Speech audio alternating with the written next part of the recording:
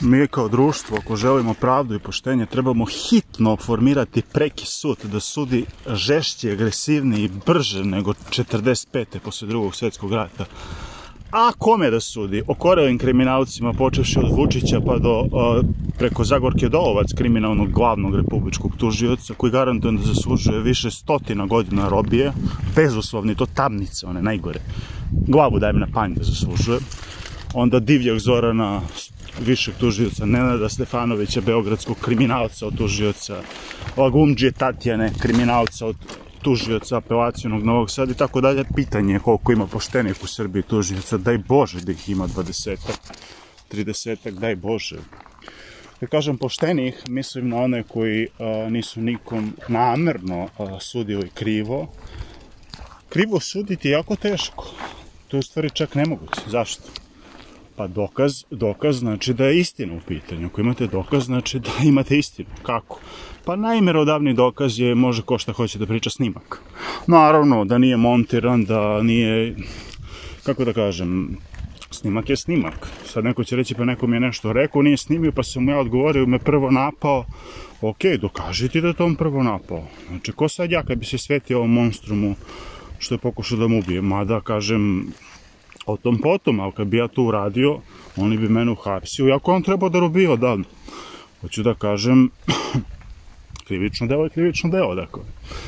Mada u ovoj državi puno ima osveta, pravnih, jer pravde nema, onda pravnih osnova ima za takve osvete. Ali treba preki sud formirati, okorele kriminalce, tužioci, sudije i ove iz politike nabiti na robi, oduzeti im pokradenu imovinu i onda bi društvo polako krenulo da se oporavlja, laganim tempom.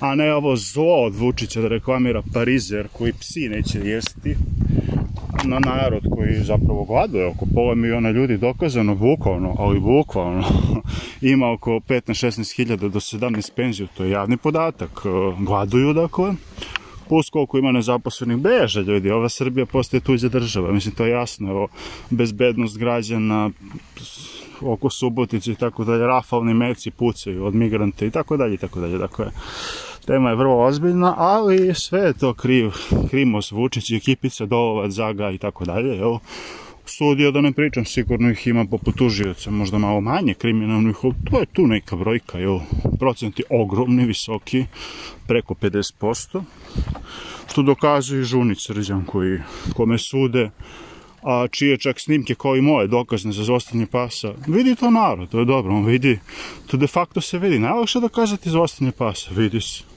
pas vezan, kraj priče, jedan snimak, drugi, znači vi nemate pravo da ga vežete ni kad isterujete auto, što je da ga vežem, skloni ga trenutno u drugu prostoriju, šta god, razumete, zašto vas neko ne veže, bolesnici, bolesni. Polako, doći će to sve na stvar, ima ljudi kao mene, više. A Ustavni sud, vidjet ćemo šta on kaže uskoro. Biće vama pečat na ime i zatvor ćelijska robija.